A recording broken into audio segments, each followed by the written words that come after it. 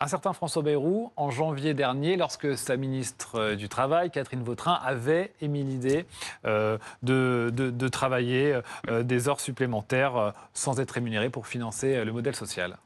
La question qui se pose à nous collectivement, c'est qu'on dépense plus que ce qu'on gagne. L'État dépense plus que ce qu'il gagne. Donc il faut absolument rétablir les comptes. C'est comme dans un ménage. On peut emprunter 1 an, 2 ans, 5 ans, 10 ans. Là, ça fait 45 ans. À un moment, on se retrouve confronté au remboursement. Donc il faut que l'on travaille plus dans le pays. Une des propositions faites par le Premier ministre, c'est ces 2 jours. Mais moi, je ne suis pas hostile, et lui non plus, à ce qu'il y ait une discussion, ce qui se propose avec les partenaires sociaux, même avec les Français. On peut faire une grande consultation. Alors lui, il a parlé d'une discussion pour déterminer quel jour Oui, férié seront mais travaillés ou pas. si collectivement, on se dit que le constat, c'est qu'il faut travailler plus, travailler 2 semaines de moins que les Allemands, 3 semaines de moins que les Italiens, collectivement. Mais il ne travaille pas gratuitement. Collectivement. On peut Mais c'est travailler pas plus en gratuitement. étant C'est pas- rémunéré. C'est ça la question. C'est derrière, trouvons un système. C'est 4 minutes de travail par jour en plus. Donc c'est pas impossible à réaliser. Voilà. Donc la question, elle est posée aux partenaires sociaux, elle est posée aux Français. Comment aujourd'hui on peut travailler plus dans le pays, générer plus de recettes pour financer notre modèle, parce que sinon c'est l'assurance maladie, l'assurance chômage, c'est l'ensemble des modèles de mutualisation. Comment on travaille plus? Et là, la discussion est ouverte. Il ne faut pas se focaliser sur ces 2 jours. On peut élargir la discussion et trouver collectivement d'autres moyens de trouver une façon de travailler plus, de générer plus de recettes dans le pays par rapport aux charges qui sont les nôtres aujourd'hui. Bonjour Jean-Didier Berger. Bonjour. Député droite républicaine des Hauts-de-Seine. Va falloir passer par là. Ça ne coûte pas d'argent aux Français. Pour le coup, ce n'est pas une cotisation supplémentaire. Va falloir travailler plus pour financer notre société, le modèle social et tout ce qui va avec. Le problème, c'est que c'est vécu un peu comme une punition par les Français. 2 jours fériés, travaillés en plus sans rémunération. Les Français qui bossent se disent, bah voilà, c'est toujours à nous qu'on demande à qui on demande de faire un effort. Et puis en face de ça, il n'y a pas suffisamment de lutte contre l'assistanat, de lutte contre la fraude, de lutte contre les abus. Et donc je pense que il y a un décalage de perception. On pourrait admettre de travailler plus. Moi, c'est ce que je pense. Travailler plus dans la journée, travailler plus dans la semaine, dans le mois, dans l'année, dans la vie. Parce que par rapport à d'autres pays, ça a été très bien dit par mon collègue, on voit qu'on est enfermé dans un piège. Ce piège, il a un nom, c'est le piège des 35 heures. Quand on a dit aux Français, vous allez travailler 10% de moins sans être payé moins, là, tout le monde, ça, l'a oublié. Là, aujourd'hui, 2 jours fériés, c'est 1% de travail en plus dans l'année. 0,5%, je crois, disait Oui, c'est la ministre 14 des heures en Comptes plus. Quand publics. vous voyez, c'est 14 heures en plus. Temps de travail, par exemple, dans la fonction publique, c'est 1607 heures. Donc, vous voyez Donc que vous dites que c'est pas moins grand-chose. de 1%. En réalité, c'est pas grand-chose sur le fond, mais c'est vécu comme une vraie punition parce que les Français se disent, en plus, ces 2 jours fériés de printemps, c'est le moment voilà, un peu festif pour les Français. Et ils se disent, à nous, on nous demande de faire un effort. Mais en Mais face, alors, qu'est-ce qui se juste passe? pour qu'on comprenne, vous soutenez ou pas l'idée?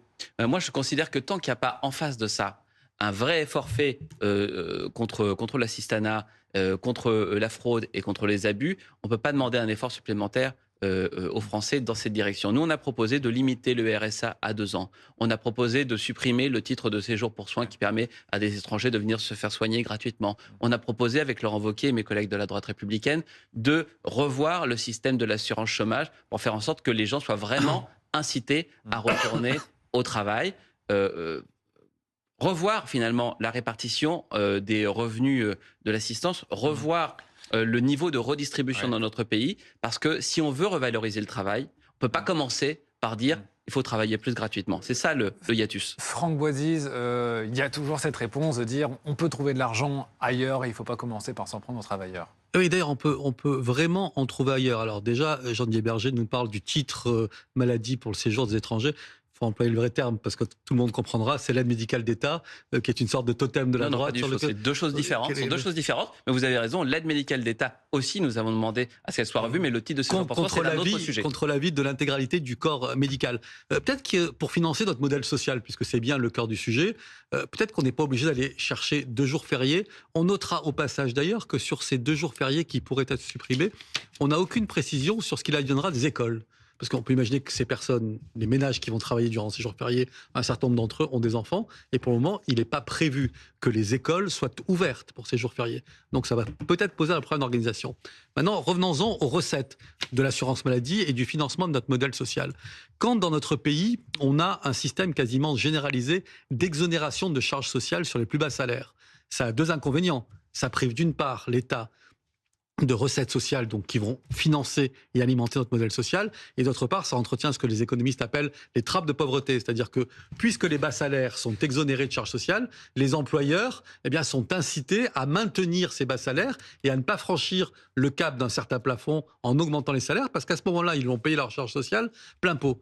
Donc, pour répondre à votre question, Monsieur Berger, peut-être que de ce côté-là, du côté des exonérations de charges sociales, on a un certain nombre de marges de manœuvre et de gains à récupérer qui rapporteront bien plus que les 4,2 milliards d'euros que cherche désespérément le Premier ministre. Bruno Fuchs, c'est compliqué ensuite de dire à tout le monde il faut que le travail paie plus quand on demande de travailler sans être payé du tout. Oui, mais là, on discute d'une mesure qui correspond à 10% de ce qu'on va essayer de gagner en 2026. Donc, on peut discuter longtemps. Mais moi, je pense d'abord qu'il faut que... Ça ne peut marcher que s'il y a une très grande majorité des Français qui adhèrent à cette volonté. Pour l'instant, c'est l'inverse. Non, mais il faut intégrer la question du travailler plus dans l'ensemble des mesures qui doivent être prises. Dans les années 60, il y avait 5% de croissance et une jeunesse très, très forte, un pays jeune. Après, jusqu'aux années 80, 90, 2000, on n'était jamais en dessous de 3,5%. Aujourd'hui, on est à 1%. On a, avec une démographie vieillissante en France, on ne peut plus financer ce modèle, et donc il faut trouver, par un grand nombre de mesures, des mesures qui permettent de rééquilibrer nos dépenses. Sinon, c'est bien sûr le modèle social, mais c'est la souveraineté aussi du pays. Pour la première fois depuis le début, on a exporté moins de produits agricoles qu'on en a importé. Donc c'est aussi la question de la souveraineté. C'est ça qui est en jeu. Merci beaucoup. Merci à tous les trois d'être venus sur le plateau de BFM TV. Un mot également dans cette actualité, cette agression qui a eu lieu ce week-end à Mulhouse, une octogénaire qui a été traînée sur plusieurs mètres alors qu'un homme